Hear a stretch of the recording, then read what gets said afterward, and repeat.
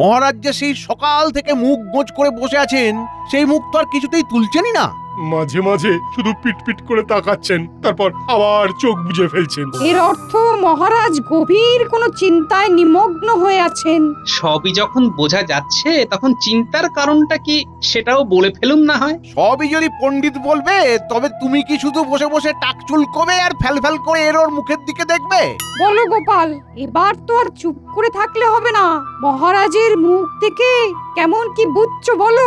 আমি না হয় মুখ দেখে বলতে পারছি না, কিন্তু আপনি তো শাস্ত্র পড়ে গ্রহ নক্ষত্র সব একেবারে গুলে খেয়েছেন। তাহলে বলুন এবার মহারাজের কি হয়েছে আর কি হতে পারে। কিচ্ছু হলো না, কিছুই হতে পারলো না, সব কেমন যা তা হয়ে গেল। আমার তো মনে হচ্ছে মহারাজ কোনো অস্থির রোগে ভুগছেন। মহারাজের রোগ, তবে তো বিস্তর দুর্ভোগ। এই নিয়েও কি তোমার কোনো অভিযোগ আছে নাকি গোপাল? না না, আমি আর কি বলবো। আপনারা সবাই যেমন যোগ বিয়োগ চালাচ্ছেন, চালিয়ে যান। আমার তো মনে হচ্ছে মহারাজ পুরনো কোনো শত্রুর বিরুদ্ধে ওই বদলা নেওয়ার কথা ভাবছেন এক মনে। হ্যাঁ, বদলা নয়, মহারাজ নিশ্চয়ই শাস্ত্রের কোনো শ্লোকের আলোচনা করছেন মনে মনে। ওহ, তোমরা সবাই চুপ করবে একটু। সেই তখন থেকে বকম বকম করে তো কানের পোকা বের করে দিলে একেবারে। হলো না, কিচ্ছু হলো না। কি করে হবে মহারাজ? গোপালের মতো অকর্মণ্য লোক রাজসভায় থাকলে কিচ্ছু হবে না। আপনার এখন মন ভালো নেই, তাই ভাঁড় হিসেবে আপনার মন ভালো করার দায়িত্ব তো গোপালের। সেটা না পারলে ইয়ে করুক, চাকরি ছেড়ে দিক। তারপর ওই মন্ত্রী মশাই না হয় বাকিটা সামলে নেবেন। মন্ত্রী মশাইয়ের সেই এক মন্তর, সব বেটাকে ছেড়ে এই গোপাল বেটাকে ধর। থামো থামো, তোমরা থামো এবার। এর হয়েছে, খুব হয়েছে, এবার চুপ করো।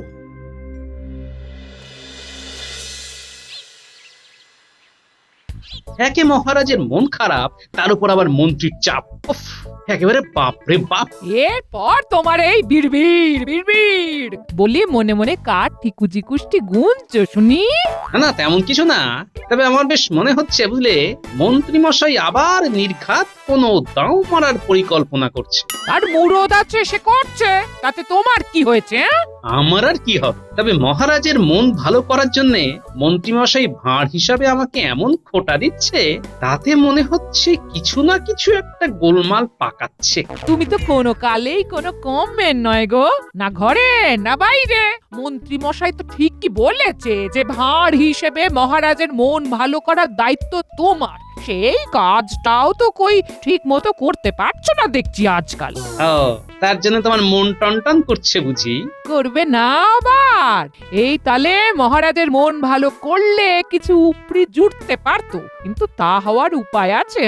তোমার দ্বারা যদি কোনো একটা কাজ হয়, তাহলে আবার তুমিও না হয় আমার মতো কপাল চাপড়াও। চাপড়ে আর কি হবে? তাও যদি মন্ত্রী মশাইয়ের মতো কিছু কুটকাচালি করতে পারতে। আর কোনো সন্দেহ নেই, গিন্নির নির্ঘাত মন্ত্রীর হাওয়া লেগেছে। নাও এবার ঠেলা সামলাও।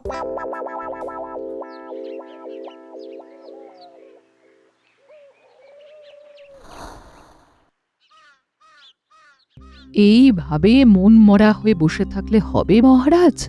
নিজেকে একটু সামলান। হয়ে যাবে, হয়ে যাবে, সব হয়ে যাবে, সব হয়ে যাবে। কি হয়ে যাবে মন্ত্রী মশাই? কি হয়ে যাবে? মহারাজের মন ভালো হয়ে যাবে। মহারাজ আবার আগের মতোই নড়বেন, চড়বেন, হাসবেন, বকবেন। আহ, তুমি থামবে মন্ত্রী? আমি মরছি আমার জ্বালায়, আর তোমার যেন খুব ফুর্তি হচ্ছে। আপনি শুধু বলে দেখুন আপনার সমস্যাখানা, তারপর দেখবেন ফুসমন্তরে কেমন সব ঠিক হয়ে গেছে। পূর্ণিমা অমাবস্যা আমার সমাধান আপনার সমস্যা। কেন কেন, তুমি কি কোনো জাদুবিদ্যা শিখে এসেছো নাকি ঝপ করে? আহা, আমাকে কোথাও যেতে আসতে হবে না। এ সবই গ্রহ উপগ্রহর সংযোগ। ঠিক এই সময়ই এক ত্রিকালজ্ঞ বাবা তীর্থ করে ফেরার পথে কৃষ্ণনগরে এসে হাজির হয়েছেন। ও মা, তাই নাকি? এ যে আমাদের পরম সৌভাগ্য। আমি তো সেই কথাই বলছি রানীমা। ওই বাবার দর্শন করলেই মহারাজের মন খারাপ কি করে ভালো হবে সেটা জেনে নিতে পারবেন। তাই নাকি? তবে আগামীকাল সকালেই চলো দেখি তোমার ওই চমৎকারী বাবা কি করে আমার মনকে শান্ত করেন। আর হ্যাঁ, গোপালকেও কিন্তু সাথে করে নিয়ে যাব।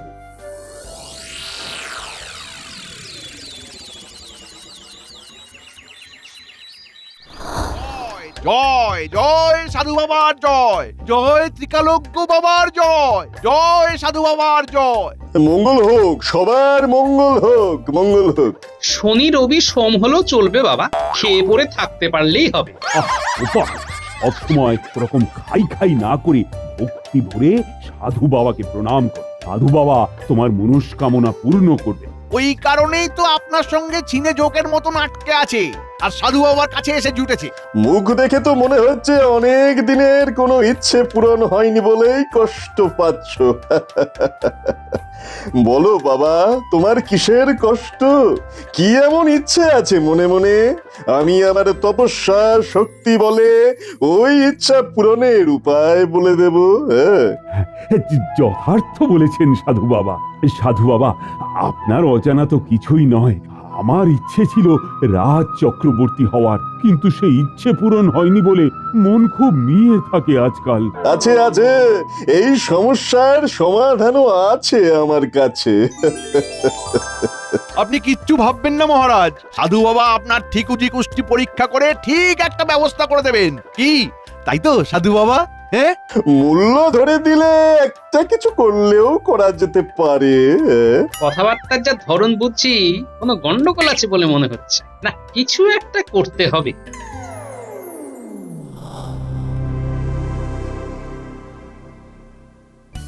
একবার যখন সুযোগ পেয়েছি তখন আর ছাড়ছি না। হ্যাঁ, একেবারে ঝাঁপিয়ে পড়বো সাধু বাবার পায়ে। হ্যাঁ, আরে তুমি ঝাঁপিয়ে পড়লে সাধু বাবা যে হাঁপিয়ে পড়বেন গিন্নি। সে নিয়ে তোমার আর ফুট কাটতে হবে না, যা করার আমি করব। সাধু বাবা ঠিক আমার মনস্কামনা পূর্ণ করবেনই। ঘোড়ার ডিম করবেন। এই দেখো, ভালো হচ্ছে না কিন্তু।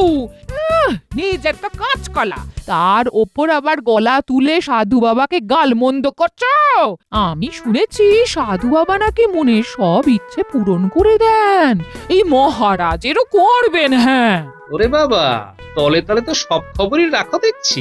তবে এই কথাটাও শুনে রাখো যে সেখানে গিয়ে কোনো কাজ হবে না। আবার আবার আবার এই তুমি ভেংচি কাটছো। কাটাকুটিটার কি আছে? সাধু বাবার পদ্ধতি হলো ফেলো করি মাখো তেল, আর এর পেছনে নির্ঘাত মন্ত্রীর কোনো খেল আছে। এই তো এইবার ঠিক এটা ওটা করে মন্ত্রী মশাইকে টেনে এনেছো। সাধে কি বলি তোমার ভীমরতি হয়েছে? মনে হচ্ছে দাদুর সাথে দিদার আবার ঠুকঠাক লেগেছে। আবার নতুন কথা কি? এই ঠোকাঠুকি আগেও ছিল, এখনো আছে, আর পরেও থাকবে। কিন্তু কে জিতবে আর কে হারবে সেটা বলা যাবে না। দাদু দিদা জুটি হলো হাতা খুন্তির জুটি। নিজে তো না আছে হোমে আর না আছে যজ্ঞে, খালি খালি শুধু কান ভাঙানি দিচ্ছে, কান ভাঙানি। এই তো তোরা এসে গেছিস। তোদের জন্য ছোট্ট করে একটা কাজ আছে। বলো না গোপাল দাদু, বলো না। এবার বুঝলি তো কি করতে হবে? নে, এবার যেমন বললাম তেমন কর দেখি।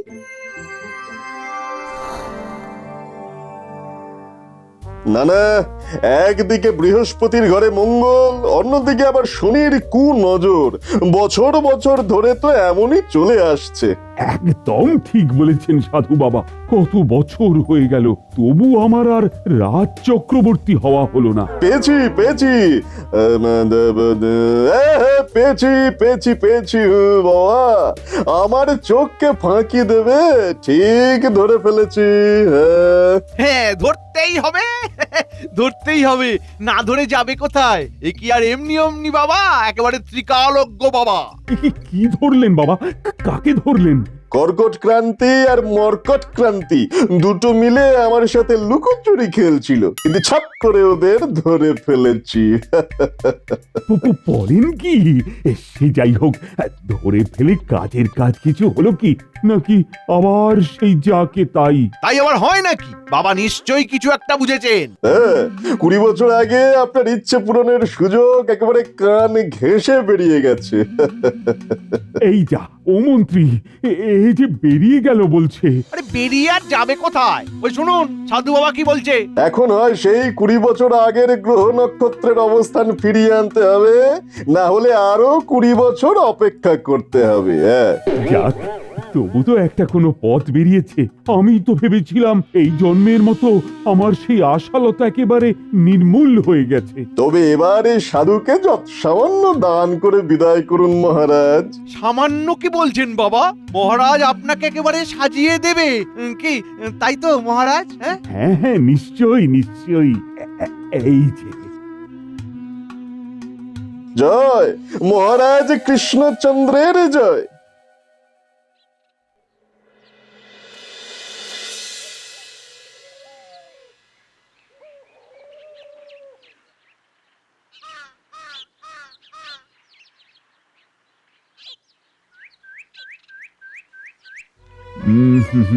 না না না, এইভাবেও তো হচ্ছে না।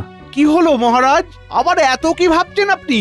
হ্যাঁ হ্যাঁ, এসো মন্ত্রী, ভেবেচিন্তে একটা পথ বাতলাও দেখি। কিসের পথ মহারাজ? আমি তো শুধু আপনাকে বিপথেই চালাতে পারি। আহ, পথ বাতলাতে বলেছি বলে তোমাকেও কি আবার বিড়বিড় করতে হবে নাকি? না না মানে বলছিলাম যে এ পথ ও পথ সে পথ সব পথই তো খোলা আছে মহারাজ। আপনি যে পথে যেতে চাইবেন সেই পথেই ঘুরিয়ে দেব। হ্যাঁ, সে তো ঘোরাবে। আর সাধু বাবা তো আপনার মুশকিল আসান করার পথ বলেই দিয়েছেন। তবে আর কি, সব সমস্যা মিটে গেল। আরে সমস্যা কি আর এমনি এমনি মিটবে? আমি এখন ওই 20 বছরের হিসেব মেলাই কি করে? আর এমন কি বড় ব্যাপার মহারাজ? দেশের পাঁজি 20 বছর এগিয়ে নতুন পাঁজি তৈরি করলেই সমস্যা মিটে যাবে। তবে তবে আবার কি? তবে এমন ভজকট কাজ রাজজ্যোতিষীর কম্য নয়। এটাও বরং আমি ওই সাধু বাবাকে দিয়েই করিয়ে নেব। আপনি শুধু মূল্য ধরে দেবেন, তাহলেই হবে। যাক বাবা, এতক্ষণে নিশ্চিন্ত হলাম।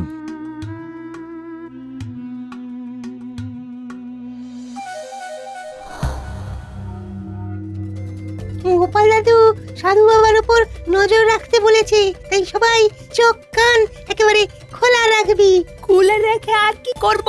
সাধু বাবা তো এটা ওটা সেটা খেয়েই যাচ্ছে। না না, এবার মনে হচ্ছে একটা কিছু হবে। ওই দেখ, মন্ত্রী মশাই কেমন লুকিয়ে লুকিয়ে সাধু বাবার সঙ্গে দেখা করতে আসছে।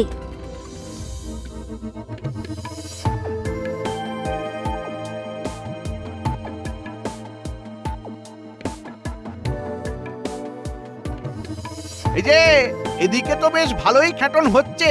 বলি, কাজের কথাটা মনে আছে তো? এই কি যে বলেন মন্ত্রী মশাই, সেই কথা কি আর ভুলতে পারি? সবই তো আপনার কৃপা। ঠিক আছে ঠিক আছে, এইভাবে আর গলাবাজি করে কথাটা পাঁচকান করার দরকার নেই। সেই জন্যই তো আমি শুধু মুখ চালাচ্ছি, এই যে বসে বসে খাচ্ছি। তবে বেশিক্ষণ আর খাওয়ার সময় পাবে না, ওদিকে খেলা কিন্তু একেবারে জমে গেছে। জানি তো, মহারাজ নিশ্চয়ই আবার পেঁচে পড়ে গেছেন। ইচ্ছে পূরণ করার জন্য মহারাজকে যে রাস্তা দেখিয়ে দিয়েছো তুমি, আমি তাতে হরকানোর ব্যবস্থা করে দিয়েছি। মহারাজ তোমাকে এই ডেকে পাঠালেন বলে। ওই দেখ কেমন গোপন পরামর্শ করছে দুজন। কিছু একটা গোলমাল পাকাচ্ছে। তাহলে যেমন বললাম ঠিক তেমনই করবে, তাহলেই ট্যাঙ্ক একেবারে ভরে যাবে। সেইটাই তো চাই। তাই বলে তাই তাই তাই মামার বাড়ি যাই নয়, যা কামাই হবে সেটা দুজনে ভাগ করে নেব, সেটা ভুলে যেও না। এই ভগবানের উপরে ভরসা রাখুন মন্ত্রী মশাই, ভগবান আপনাকে ঠকিয়ে পালাবে না। চল চল, গোপাল দাদুকে গিয়ে এক্ষুনি খবরটা দিতে হবে।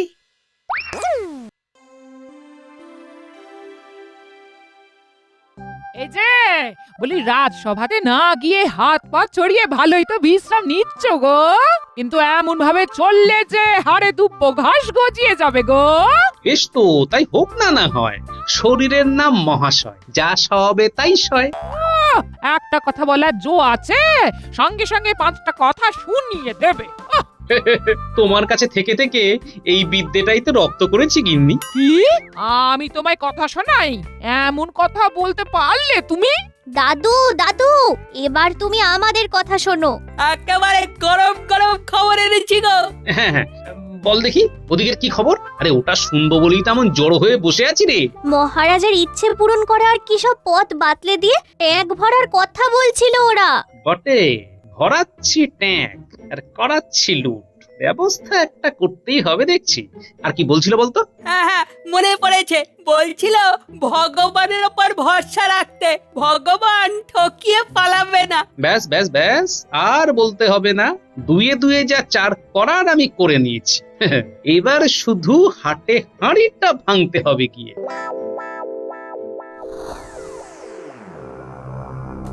কই সাধু বাবা, হিসেব নিকেশ কিছু করা গেল?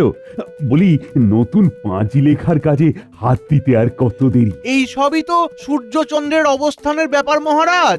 তাই আমার মনে হচ্ছে সাধু বাবা বোধহয় সঠিক যোগের অপেক্ষা করছেন। একদম তাই। তবে গ্রহ নক্ষত্রের স্থির হয়ে বসার আগে যে দানের হিসেবটাও করে নিতে হবে। তবে মহারাজ, মোহরের থলিগুলো তো সাধু বাবাকে ধরে দিলেই হয়। হ্যাঁ, এই ইচ্ছে পূরণ করতে গেলে সে তো দিতেই হবে।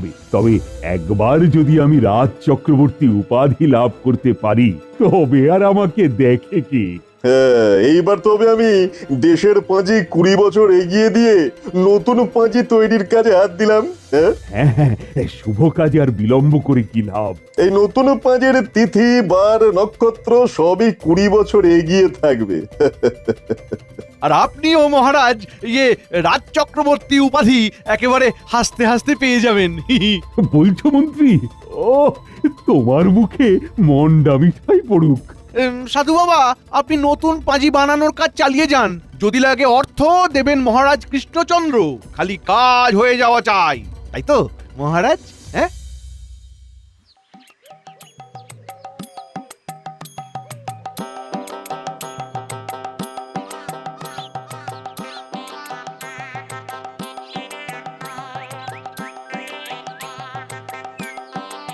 সুপ্রভাত মহারাজ। আরে, এদিকে যে বেশ বড় সড়ো একখানা কর্মকাণ্ড চলছে দেখছি মহারাজ।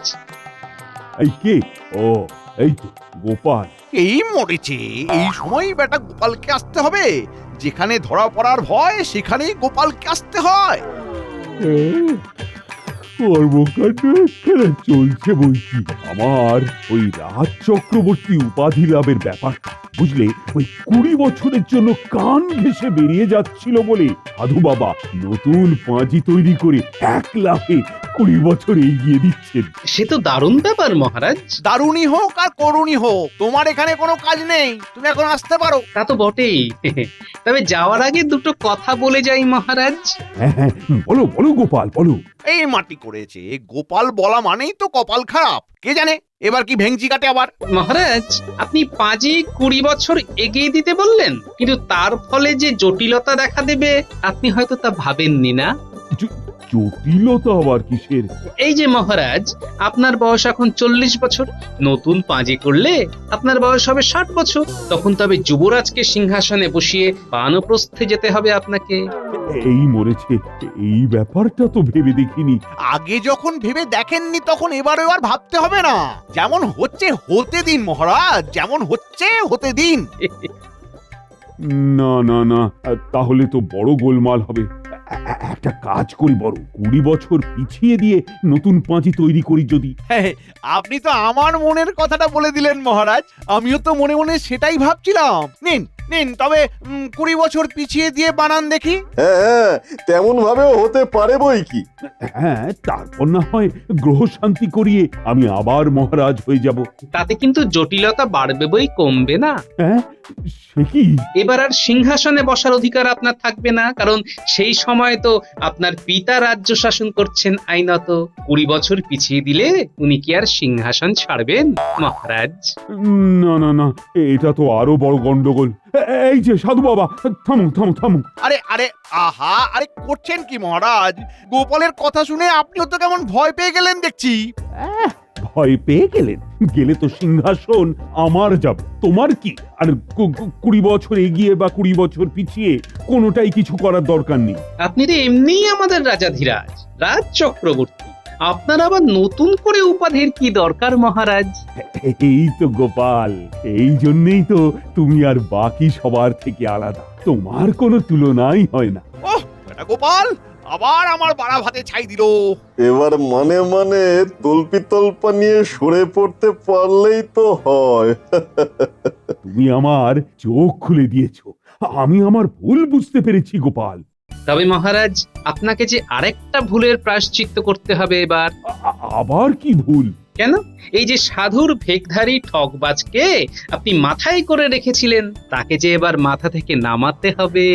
এই মাটি করেছে, গোপাল আমাকে ধরে ফেলেছে নাকি? তাহলে তো ঘটি ঘুনসি সব হারাতে হবে। কি আবল তাবল বকছো গোপাল? সাধু বাবা কিনা ঠকবাজ, বুজরুকিরা জায়গা পাওনি? বেশ তো, তবে দাড়ি ধরে মারো টান, সাধু বাবার দেখা পান। কি করছো? ছাড়ো ছাড়ো, আরে এ তো সেই ভগবান! এই তবে সাধুর ভেগ ধরে আমাকে ঠকানোর মতলব করেছিল। ও মা, তাই তো। হ্যাঁ তো মানে হ্যাঁ মানে কি করে যে মানে কি যে হয়ে গেল। মানে করে আর শাক দিয়ে মাছ ঢাকতে হবে না মন্ত্রী মশাই, আপনারা দুজন তো ভাই ভাই। আমিও বুঝে গেছি, সবটাই মন্ত্রীর পেঁয়াজ কষার জন্যই হয়েছে। তাই দুজনের কাউকেই আমি ছাড়বো না। আমাকে ঠকিয়ে মোহর হাতানো তাল করা আমি বের করছি। সুদে আসলে আমি সব উসুল করব। ওরে বাবা রে, পালা রে পালা! ওরে বাবা, পালা পালা! ধরো ধরো ওকে, সে পাই যেন পালাতে না পারে। আর মন্ত্রী, এবার তোমার কি হবে? মিথ্যে কথা, সব মিথ্যে কথা মহারাজ। মহারাজ মানে আমি তো আপনার ভালোর জন্যই মানে মানে আমার কি দোষ মহারাজ, আমার কি দোষ? দোষ নয়, এখন গুনে গুনে 1,50,999 বার কান ধরে উঠবোস করবে তুমি। এটাই তোমার শাস্তি। আমি মরে যাব মহারাজ, আমি মরে যাব। নাও শুরু করো। যাব। মহারাজের ইচ্ছে পূরণ হোক না হোক, আমার ইচ্ছে 16 আনা পূর্ণ হয়েছে।